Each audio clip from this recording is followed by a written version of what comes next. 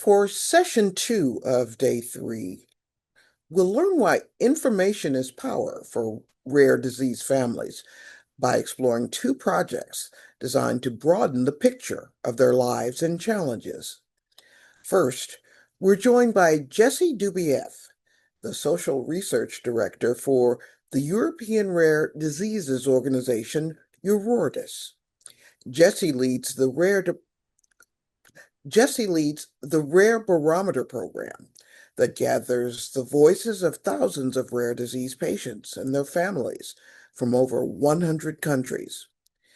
Jessie is joined by Darby Gavin, Senior Community Engagement Manager with the National Organization for Rare Disorders, also known as NORD. She oversees a few key organizational campaigns and projects, including Rare Disease Day and the Living Rare Study, the first ever large-scale study in the U.S. examining the experiences and challenges of people impacted by rare disease over time. You can read their full bios on our website at nationalpress.org. Jessie and Darby, thank you so much for both joining us today.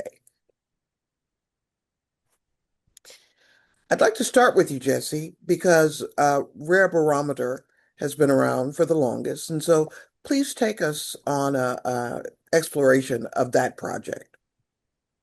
Thank you.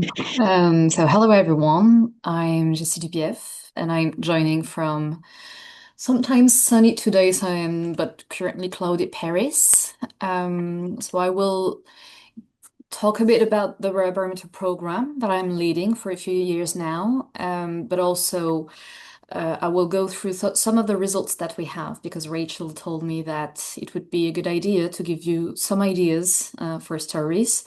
And I think that if you want to use data and robust information evidence, then the best that we can do is to guide you through some key results of our previous surveys.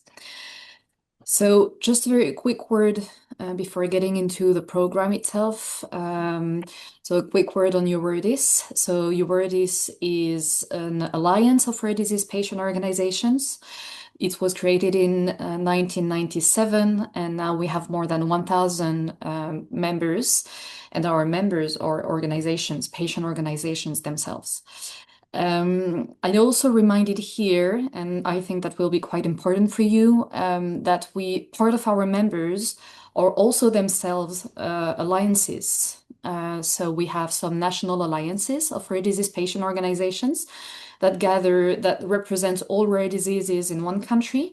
And we also have European and international federations of specific rare diseases, but that they represent at the European or at the international level. So we have quite a lot of them, 57 national alliances, 77 European federations. And our members are spread across 75 countries. So you'll see that it's not only in Europe, even if our work is mostly focused on Europe. And we also have a vision, and this vision is of a world where all people living with a rare disease can have longer and better lives and can achieve their full potential in a society that values their well-being and leaves no one behind. So to achieve that goal, one of our programs is the Rare Barometer program. So it's our initiative to support evidence-based advocacy and actions. It was created in 2016. It's a not-for-profit initiative, and it's run independently by EURORDIS. And what we do is that we collect robustly the experiences and the opinions of people living with a rare disease and their close family members on topics that affect them directly. Then we transform those experiences and opinions into facts and figures to feed the advocacy work of the rare disease community and to raise awareness on what it means to be living with a rare disease. So the way we do it is that we conduct surveys every year, between 1 and 3 studies per year. But now they're getting bigger and bigger. So with our team, we can only have one most of the time. And we run them in 25 European languages. And because they are online, they are available from any country in the world. So we have up to 13,000 respondents in each hour survey, sometimes 4,000, sometimes 6,000. But those days it's closer to 8 or 10,000. So to reach out to those participants, we rely on a panel. So the panel is basically people who live with a rare disease or close family members who agreed to be invited directly by email to participate in our surveys. And in this panel, we have 23,000 people living with more than 2,000 rare diseases in more than 100 countries. But we also rely on our network of patient organizations to talk about those surveys, so people do not have to register in our panel to participate in surveys. And what is really important then for us is that we share the collective results, not only with the survey participants, but also with the patient organizations, the decision makers, and the wider public, while keeping the individual information very confidential. So we are compliant with the European GDPR legislation, and all our information is saved in France. So just to give you an idea, since 2016 of the topics we have covered, and I reminded here at the top right of the screen where you can find all those results.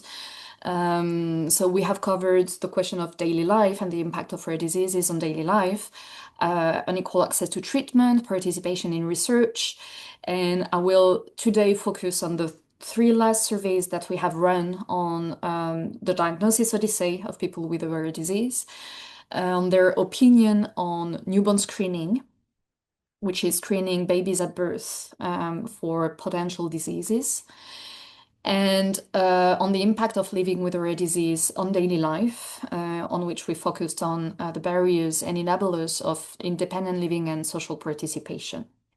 Also, just for you to know that we have a survey ongoing at the moment until the 14th of December on the mental well-being of people living with a rare disease and their family members.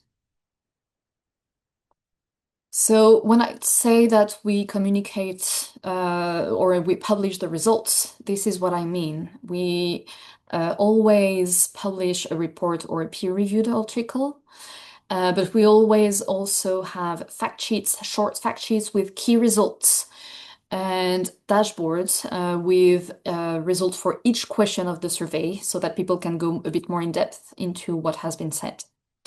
And so those two more visual publications, the fact sheets and the dashboards, this is also something that we can provide not only for Europe, because this is what we publish on our website, but also for specific countries or specific diseases.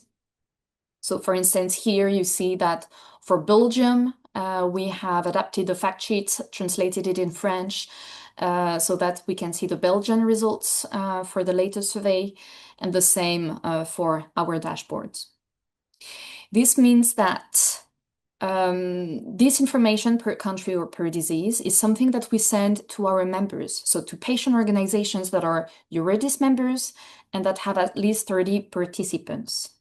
Which means that if you want to not only look at the European results that you can have access to freely on our website, you can also contact your EURORDIS members that are representing the community that you're interested in to know if they have at least 30 participants in a survey that you're interested in, and if they can send you their results, or you can also ask them if they want to discuss their results. That's actually what I just said. So first idea for a story, what is the diagnosis odyssey for people living with a rare disease? So we had a survey in 2022, which is our largest survey so far, and this is the one that I'm starting with because it's also the one for which we had more participants outside Europe, because we had an international pilot for which we partnered with Rare Diseases International and the Global Commission to End the Diagnostic Odyssey for Children with a Rare Disease. And so the main result of this survey is that until this survey, we didn't have robust information that would be across countries, across diseases, of what it means to look for a diagnosis for a rare disease. So this average time of 5 years from the first symptoms to a confirmed diagnosis, this is something that we heard about, but we never confirmed that with robust data. So now we have this data. And we have even more than that, more than the idea that the confirmation that it takes on average 5 years. We also know that 90% of this time is spent in the health system. So once people go see a doctor and have a first medical consultation to know more about their symptoms, it's 90% of this time, more than 4 years, that is spent looking for a diagnosis.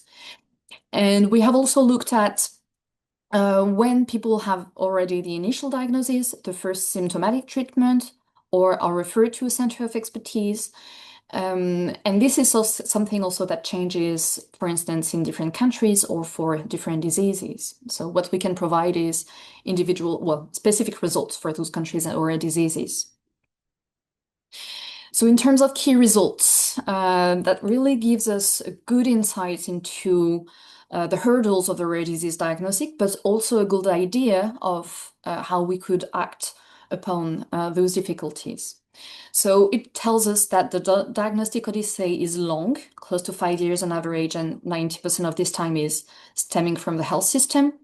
But it's also difficult. People have several consultations. Misdiagnosis is very common. 3/3 of the patients have been misdiagnosed, and it has negative consequences on their health. And also, we see that 40% were not referred to a center of expertise, even if in Europe, where there are quite a lot of centers of expertise. So in terms of priority for actions in the health system, it would be improving awareness of all rare diseases among healthcare professionals, especially in primary care and among pediatricians, and improving the referral to centers of expertise. And we also saw that access to diagnosis improve access to healthcare, but not to psychosocial care. So our recommendation would be that care would be more holistic and that we have a better public awareness of rare diseases so that it could help improve social acceptance of people living with a rare disease. And very quickly, we also saw that some population are even have additional difficulties. And actually those that take the longest to be diagnosed are children and adolescents, 9 to 10 years to get a diagnosis after the first symptoms. And for those children and adolescents, actually, it's coming both from patient delay, so from the time in the family before they they have a first medical consultation, but also in the health system. So the goal would be to improve public awareness and the awareness from health professionals on what it means to have a rare disease or of the possibility for children and adolescents to have a rare disease and what they should do. We also saw that women have a longer diagnosis time than compared to men. So it would be important, especially to consider symptoms of girls and women. The same for people with rare genetic disorders, because we think that it's coming from the time that it takes to access genetic tests. And also what we saw was that the fact that people could access psychological support even before diagnosis improved the time for them to access diagnosis. And we think that it's because it helped them navigate the health system more efficiently. So I'm just looking at Rachel and the time that I have left to make sure that I'm not running over time. And while she tells me if I'm right, I'm okay. Yes, you have a good 5 more minutes. Okay, that's good. So I just show you, and I won't go through everything, but for each survey, I reminded in my slide deck the number of participants per country in Europe, in the world. You see that we had for this one more participants in the US, in Brazil, in Argentina, also in Malaysia. They were part of the pilot, South Africa, Australia, New Zealand, and quite a lot also in Turkey. You have the number of participants for some diseases with more than 30 participants, so those have access to their results. You'll have everything in the slide deck and also the references where you can find the results. And some press articles or stories that we have seen through our podcast, EURORDIS podcast. Second survey I wanted to talk to you about is our latest survey, for which we have results that was conducted last year on the impact of living with a rare disease on daily life. So we also had quite a lot of participants in many, many countries, even if less participants outside Europe compared to the diagnosis survey. And just three main results that I will present you today, but of course you have access to everything on our website. The first one is that we estimated the prevalence of disabilities among people living with rare diseases, and we imagined that it would be quite high, but not that high, actually. And we actually used three methods to measure disability prevalence. The Washington Group scale, the GALI also, which is used by Eurostat, and a question that we designed ourselves where people could self-identify as living with a handicap or a disability or not. And the result is that for those three methods of measuring disability among our participants, at least 8 out of 10 of them are living with a disability. And those disabilities are complex and diverse, and oftentimes people live with multiple disabilities. So this is what we can see, the type of difficulties that were measured by the Washington Group questionnaire that we use. And what we saw was that 72% had difficulties, so had at least two disabilities, meaning difficulties in at least two of those activities, 53% in at least three of those activities, and 35% in at least four of those activities.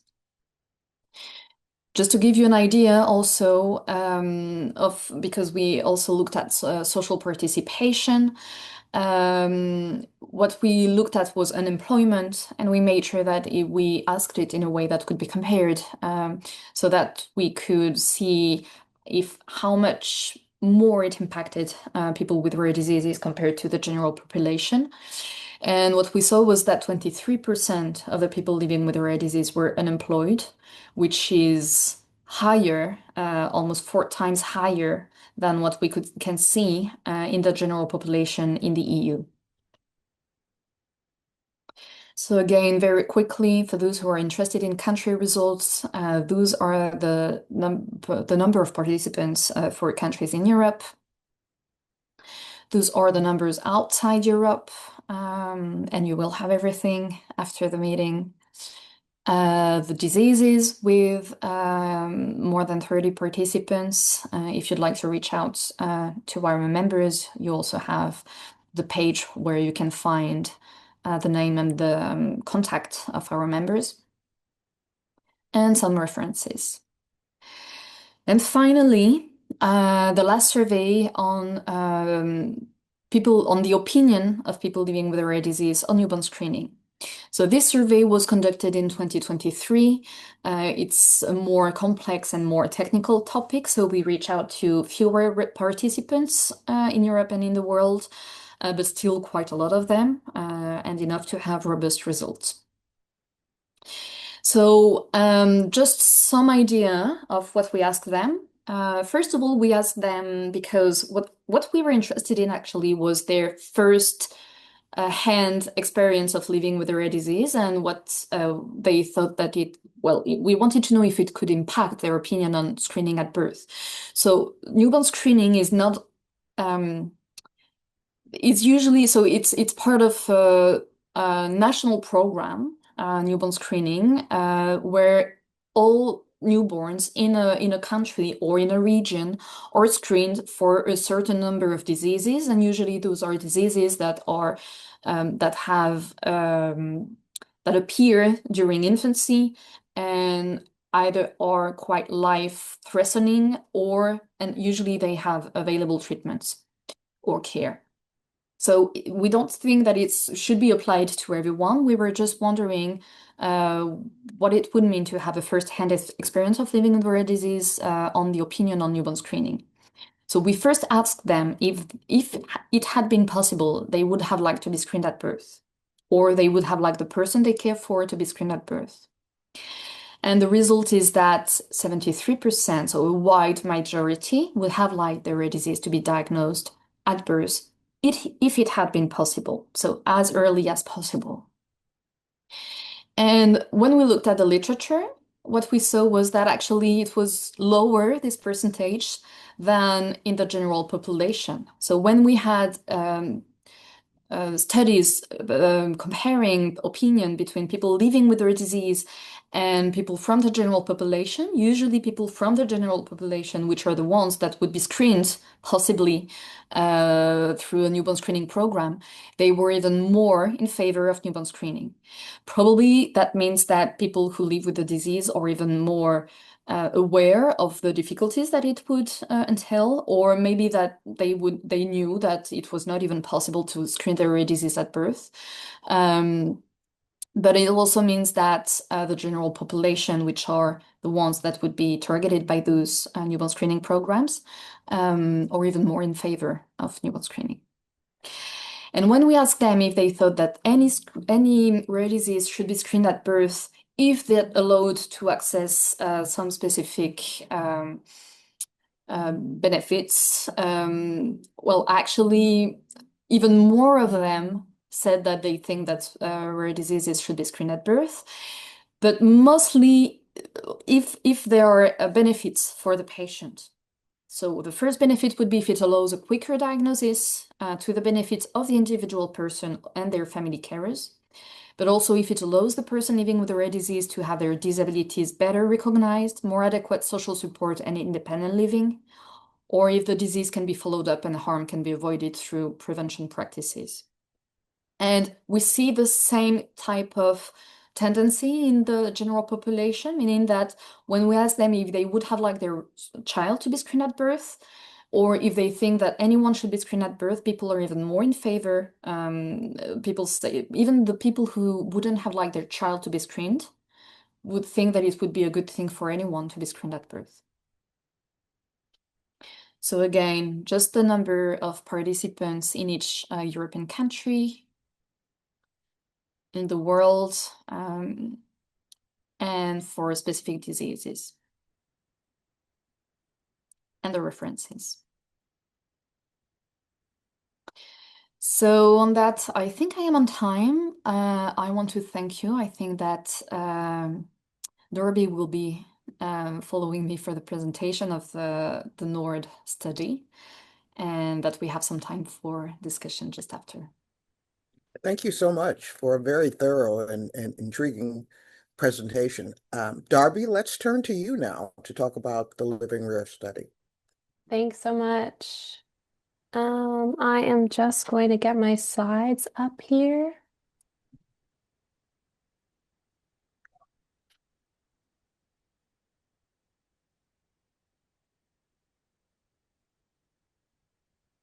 Alrighty, you should be seeing my slides. Yes. Perfect. All right, I'll get started. It's wonderful to be here. Rachel, thank you so much for inviting Nord to participate. And thank you for the lovely introduction prior to Jessie's presentation. Again, my name is Darby. I work for the National Organization for Rare Disorders, better known as NORD. It's quite a long name. We're a 40-plus-year-old nonprofit organization, and our mission is based in the United States.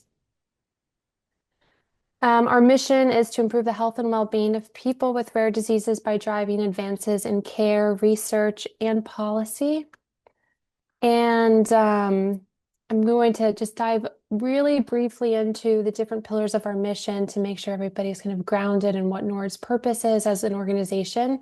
I am going to be focusing this presentation on the Living Rare study, and that's kind of one piece of NORD's mission. So it's one part of our very, very large scope as an organization.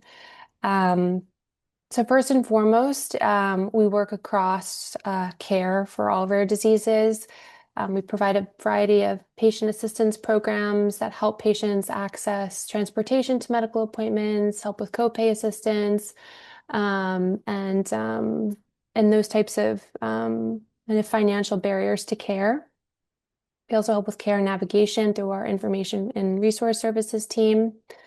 We're rooted in advocacy. We were actually founded after a coalition of individuals that would go on to establish NORD lobbied for the passage of the Orphan Drug Act of 1983. And since 1983, we've been protecting the Orphan Drug Act and really ensuring that we create a regulatory environment that incentivizes rare disease drug development here in the United States. We work in research. We have, of course, the Living Rare study that I'll tell you so much about today. Living Rare study is actually hosted on NORD's homegrown patient registry platform. It's called I Am Rare. So on that platform is the Living Rare study, and it's also home to about 70 disease-specific patient registries. And then last but not least, we are centered around our community. We serve individuals, and that's really my job, is nourishing and growing relationships with individual community members. Beyond individuals with rare diseases or caregivers, we also serve organizations that are disease specific in their mission.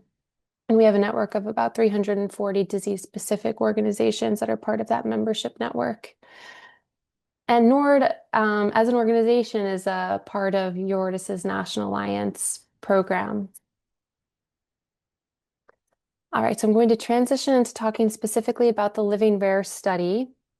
We launched the Living Rare study back in October of 2024, so it's been live for about a year now. And it is it's an observational study that is longitudinal, and we're collecting patient experience data through this study. So before I kind of get into the study design and really talk about our research goals and kind of where we are today, 1 year post-launch, I just wanted to ground people in kind of the why. Like, why did we launch this? Why did we feel it was so important to our mission and to our advocacy efforts? And if the premise for this project is really centered around living with a rare disease and what our community members experience day in and day out.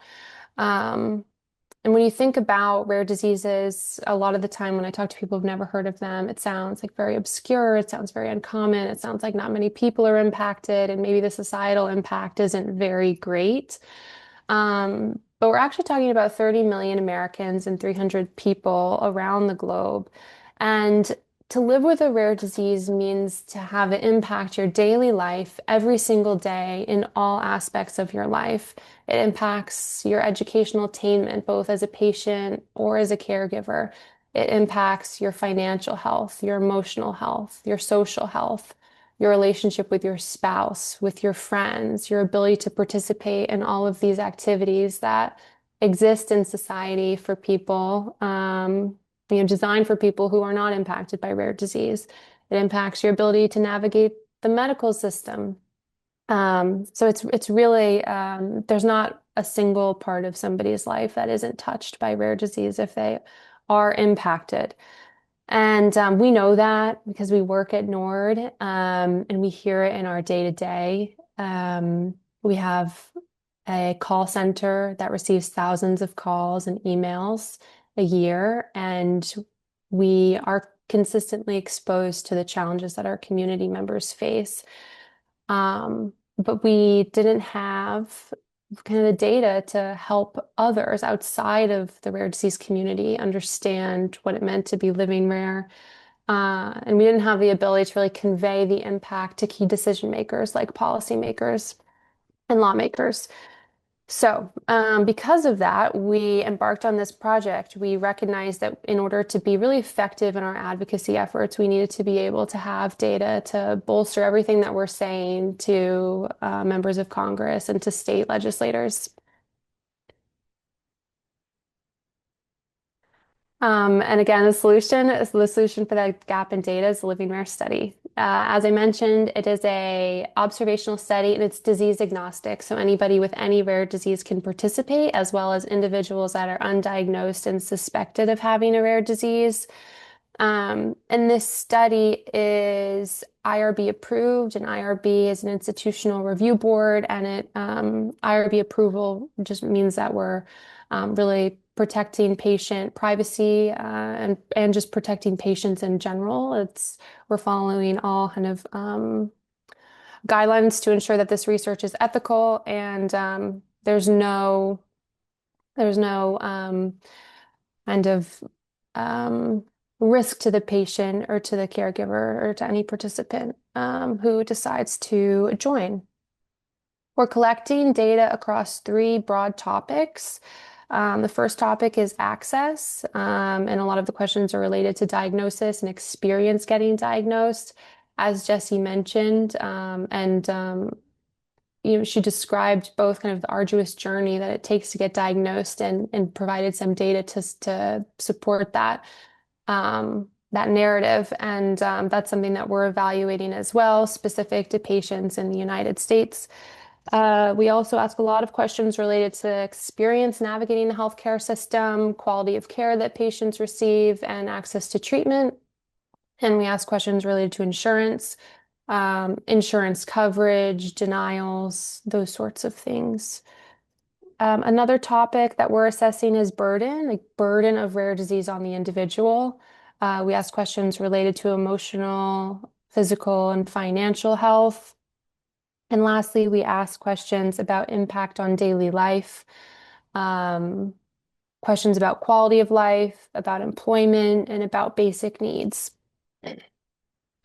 We're not collecting any clinical information through this study outside of diagnosis. So that's really important to understand. We're really interested in understanding the rare disease experience in totality and all of the ways that it impacts people in their daily lives. This is just a little bit about the study. It's open to anybody living in the United States. I kind of talked you through what types of questions we ask. They're all related to experience navigating life with a rare disease.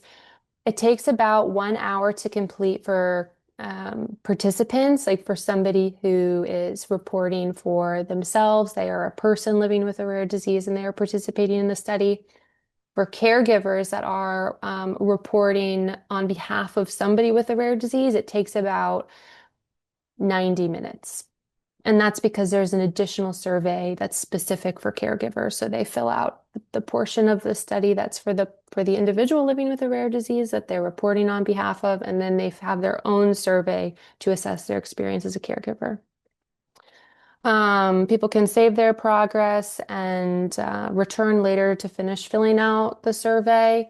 Again, it's hosted on NORA's IMER platform, which is HIPAA compliant, and it's very user-friendly. And we just launched a mobile application, which we're super excited about. So people can participate on a desktop or they can participate from their mobile device, wherever they may be at any given moment.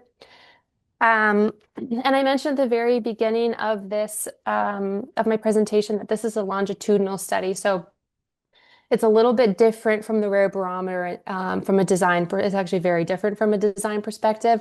We're attempting to track changes in experience over time. So people come to the Living Rare study, they fill out the survey once at the very beginning in totality. And then year over year, they're sent a reminder from our platform that says, please come back and update your responses if anything has changed. They don't need to redo the entire thing. They just update questions where their responses have changed. Maybe they have changed insurance providers. Maybe their out-of-pocket costs for their rare disease every month have increased by $5,000. Whatever it is, they will update their responses, and we're hoping to track how their experience changes over time. And really, from an analysis perspective, like the world is our oyster, we could track changes in experience correlated to legislative changes. Like maybe we could look at insurance coverage that's going to be that could be kind of a product of like changes could be a product of HR1 and all of the kind of different uh, ways that that legislation will be implemented over the coming years and how it will impact rare disease patients on Medicaid.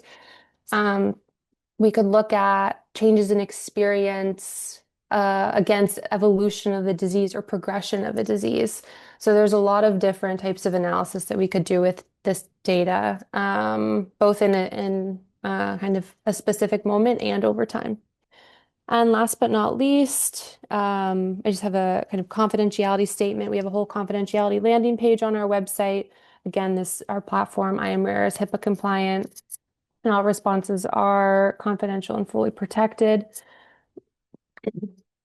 And this project is really it's so important to NORD. It's going to fuel not just our advocacy efforts internally and externally, and hopefully advocacy efforts of our member organizations. It's also going to fuel our programming internally and shape the way that we allocate resources and design programs to make sure that we're always serving our community to the best of our ability and making sure that their needs are always at the forefront of everything that we do.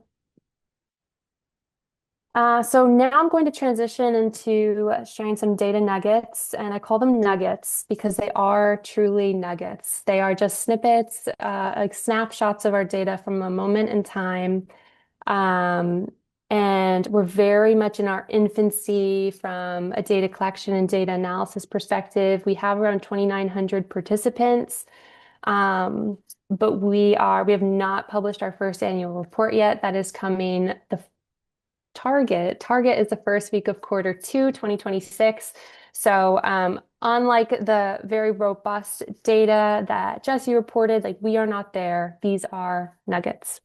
And the data is current as of October 2020. Oh my gosh, it says 2024. It's actually 2025. That's when we pulled this data.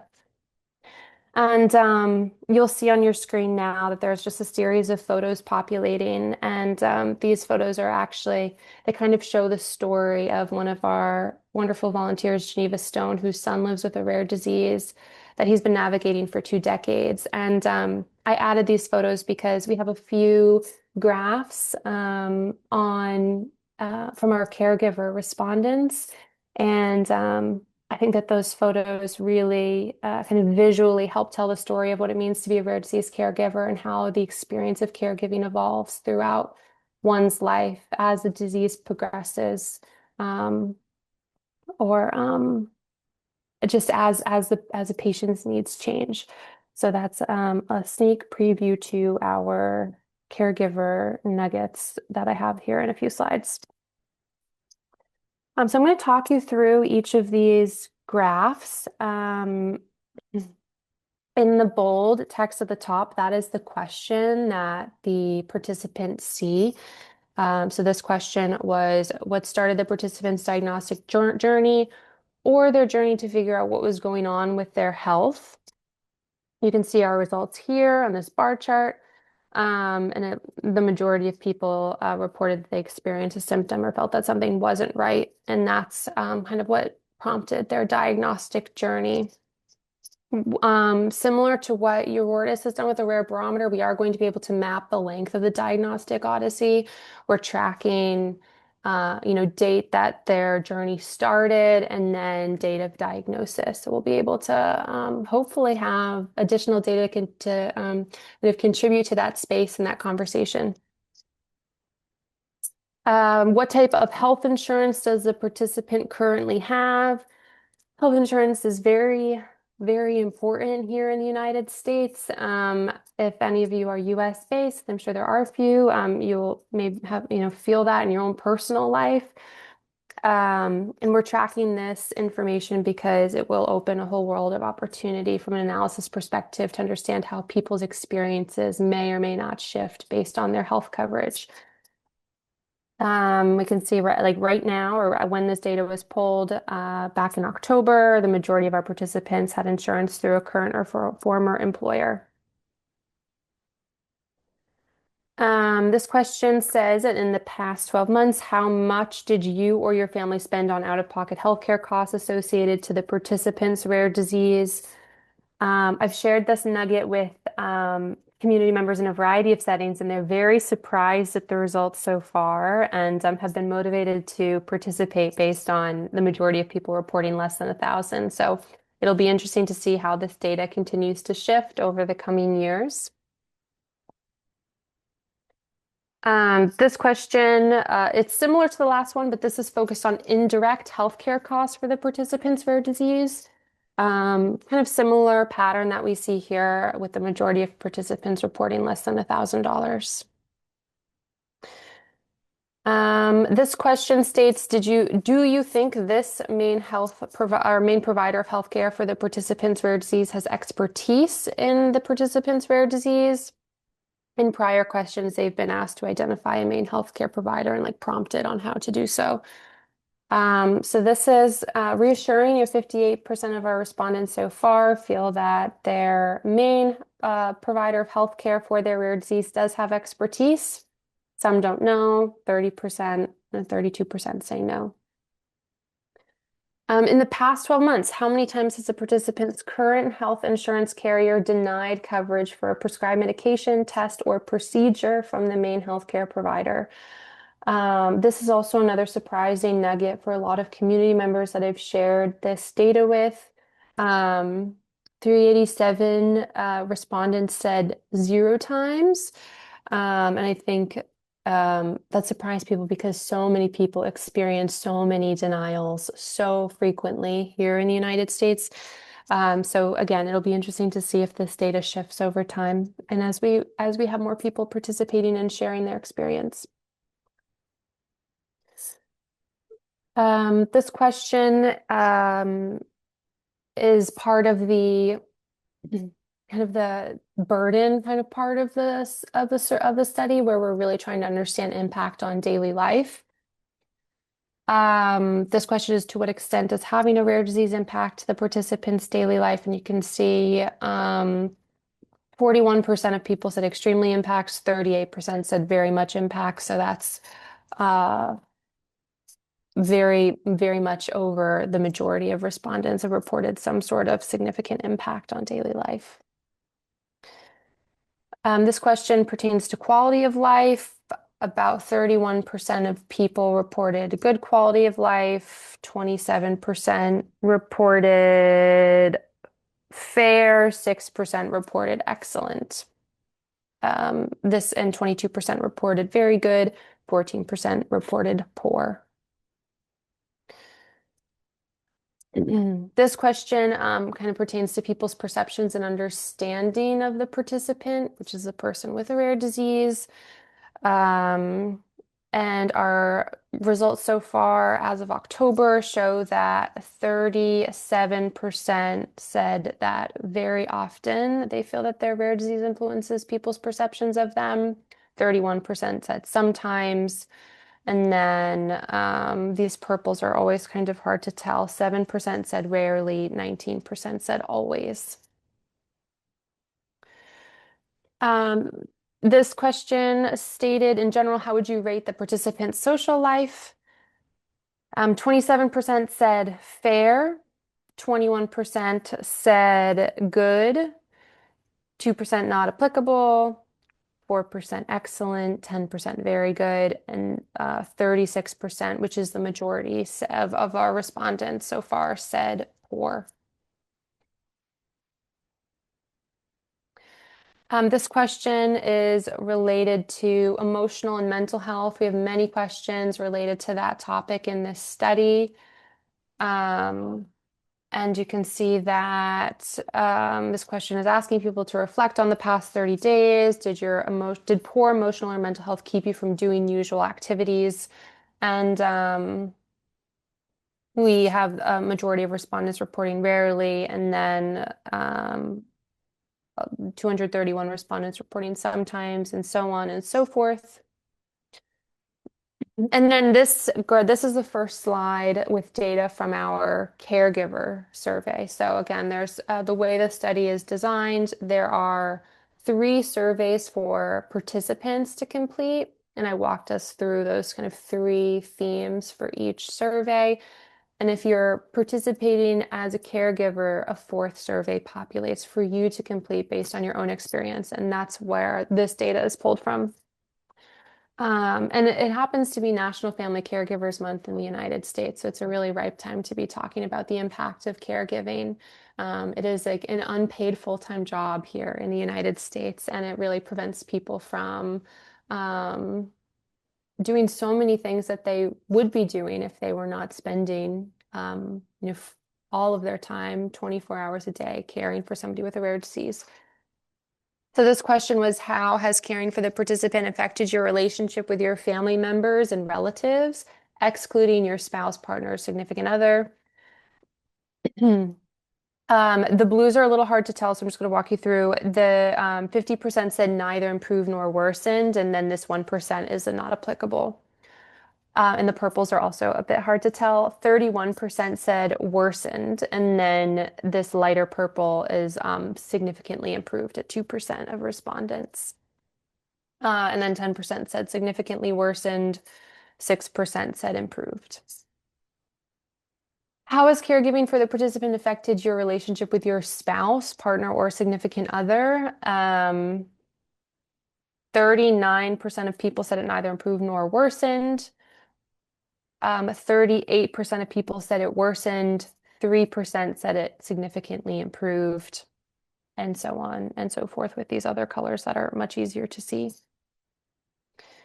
I think that this is the most eye-opening graph that we have so far from the caregiver survey, and I think it really speaks to kind of the dire state of caregiving and resources for caregivers in the United States. The question was, in the past month, how often did you engage in respite care or leisure activities to get a break from caregiving?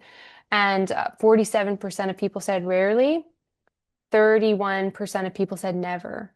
So those are huge numbers. I mean, if you are a rare disease caregiver in the United States, I think that this has reinforced what we hear anecdotally all the time in our work. There is no respite. There are no support services, social resources. There are no breaks. It is a full-time role and responsibility that really occupies one's entire life and all of their attention, and prevents them from participating in many of the things that they may have been participating in before, whether that be work, social interaction, etc. Rachel, are you giving me a time warning? I am loath to do that because this information is fascinating and it's very powerful. I can see in the comments that people are really benefiting from it, but I do want to leave some time for questions. So, and I have one specifically for you, Darby, but I want to go to Jessie now because there are a couple of questions higher up that you responded in the comments that you wanted to speak to. So, Jessie, would you do that now for us, please? Yeah, for sure. So maybe I'm gonna start with Safina's question. Okay. So are this disease is the registered one with NGO or hospital are they different from them since you collected data on diseases directly? So maybe that's why I said I would like to address that in a Q&A because that needs some elaborate questions. So you can see on our website, if you look at survey results, so the links that I shared with you, you also have access to the questionnaire itself or the questions themselves. And you'll see that we start with a question on whether people are living with a rare disease themselves or a person or caring for someone living with a rare disease. And if it's neither of them, they cannot participate. And then quite soon after, we have a question on the rare disease, on the name of the rare disease people are living with. So what we can rely on, which is very, very useful, is that in Europe, we have Orphanet. So it's an organization, also a non-for-profit organization, and we are actually in the same premises as them. And they have developed a coding system for rare diseases because the ICD or OMIM coding systems were not good enough because they did not distinguish subtypes of diseases or were not always coding for rare diseases. So we rely on this system, on the coding and on the names in different languages so that people can select their rare disease. And when they cannot find their rare disease, they just write it themselves and we do the coding. So that's how we can have our results per disease, if that answers your question. And to answer another question that was asked us before, after, which is also a bit related to that, which was, if I remember correctly, how we make sure that this is relevant for all the people that are living in very different contexts. Would it be at least in Europe? So how do we make sure that our questions are relevant for all of them? We design the questionnaires very collectively with our members. So I had some slides that I didn't show you, but I'm just going to share very, very quickly, just to give you an idea of the process that we go through. So we design the questionnaire, the questions themselves. We have a topic expert committee to define the topic and the dimensions of the questionnaire. And then we write the questionnaire ourselves and we send it to more than 250 people from our national alliances and European federations for them to read the questionnaire, review it, make comments, and we take those comments into account before we even have it translated. Then we have it translated in 25 languages, and we have our national alliances review the translations in their native language to make sure that it fits the original content, but also that it's adapted to their country and to their or to their disease for European federations, but also to their context, national context. And we also involve them in the analysis of the results. We discuss the analysis with them, and we also make sure that the key results that we design as a fact sheet can be used by them to go to their ministry, for instance, to ask for changes, political changes. And then the reason why we have a specific number of participants in each country, usually it is because there is a network or a patient organization in this country that shares the link to the survey. Which means that, for instance, we have a survey going on at the moment. If people in low-income countries, well, the only limitation we would have would be the languages. We have 25 languages. We have English, we have Spanish, but it's mostly European languages. Otherwise, anybody worldwide can access the survey, share the survey in their community. And if you have 30 respondents in your community, in your country, and you have an organization that is a EURORDIS member, we can send you the results. So it means that whenever we have a survey out, you go to, if you subscribe to the EURORDIS newsletter, you will know, you will have the link to the survey. We provide a communications toolkit and you can disseminate the survey. And as long as there are 30 participants and a patient organization that is a EURORDIS member, you can have the results and use them for advocacy. Jessie, I think you've just pretty much answered part of a question from Robert of Kenya, who was curious about the critical need for data to drive policy. So I'd like both of you, and I'll start with you, Darby. Clearly in the US, there's just been tremendous work and effort put into collecting data, elevating advocacy, and getting these issues in front of policymakers. But what are your thoughts about, for example, in Zimbabwe or in Malaysia or whatever? What sort of insights could you share with the journalists about the need to do that and why it's so important? Yeah, absolutely. It is so important because in the absence of having any type of data, it's really hard to make a case for why change is needed or why any sort of program or social support or piece of legislation is needed. And I think there's so many ways to go about collecting this data. Of course, NORD launched Living Rare Study, and that's our approach to collecting this data and kind of providing a tool for advocates to utilize when they're going to talk to policymakers. EURORDIS's Rare Barometer is collecting data that is available for people to utilize and fuel their own advocacy efforts. And then in the United States, we've seen we have these state level advisory bodies that are written into legislation. They're called Rare Disease Advisory Councils. And we've seen a lot of rare disease advisory councils launch their own needs assessments that are not, they're much more simple than the Living Rare study.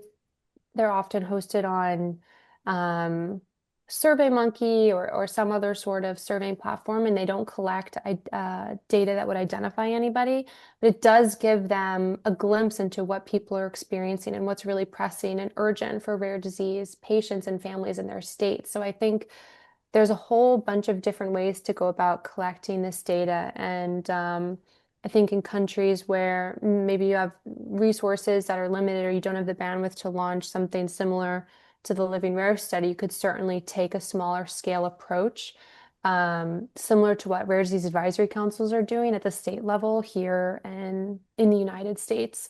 Or again, utilizing data that's being collected by EURORDIS's Rare Barometer it would be another great tactic.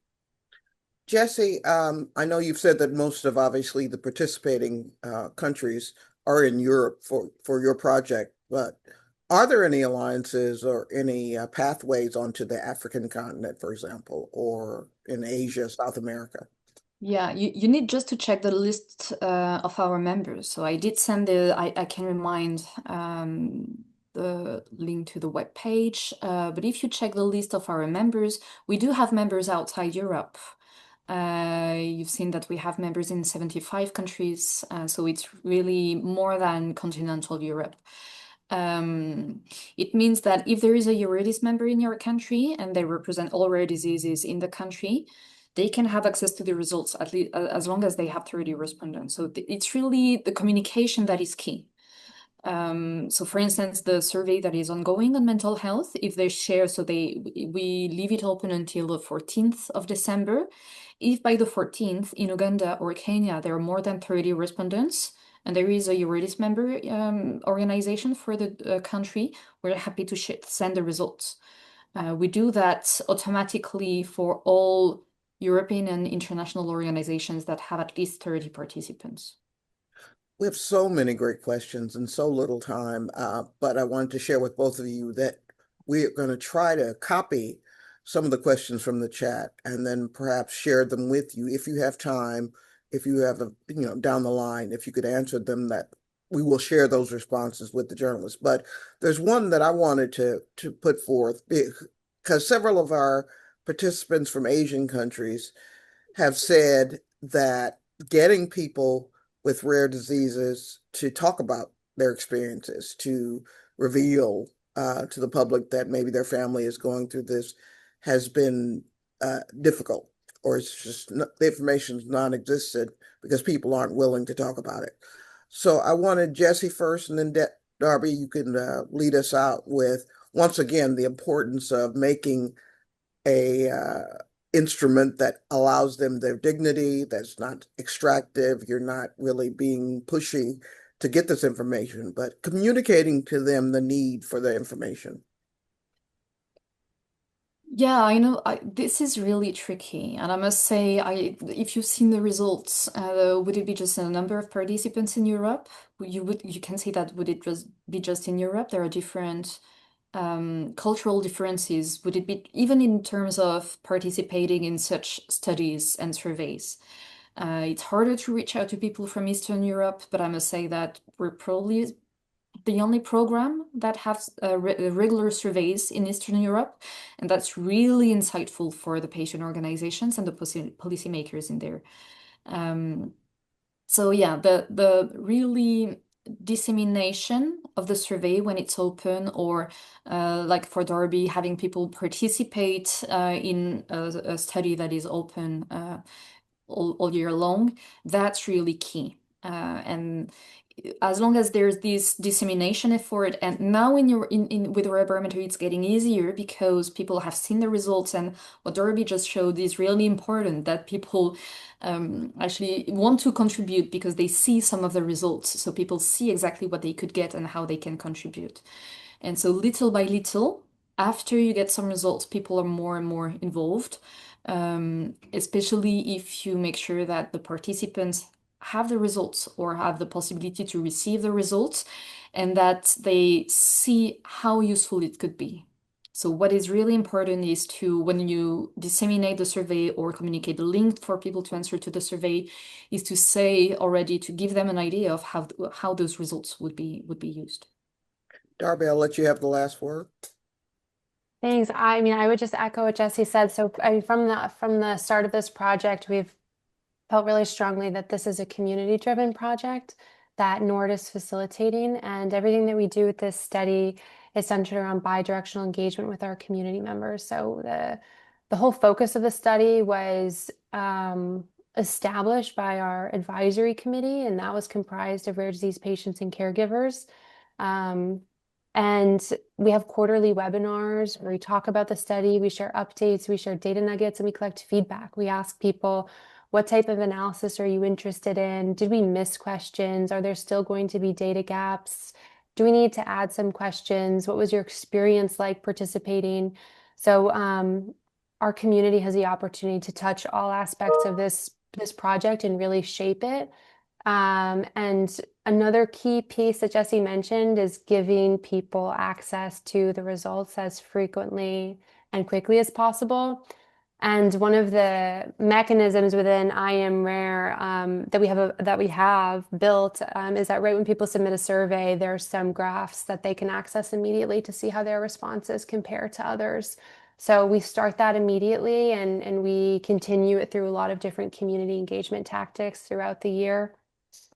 So I think that that's really important, and just making sure that it's community driven so that people have a stake in what you're doing and they feel connected to it and they really feel like it's serving them, because that's what we're attempting to do. This project is designed to serve our community. So that just needs to be the central focus so that people will feel inclined to participate. Well, this presentation has truly been the epitome or the embodiment of the statement, information is power.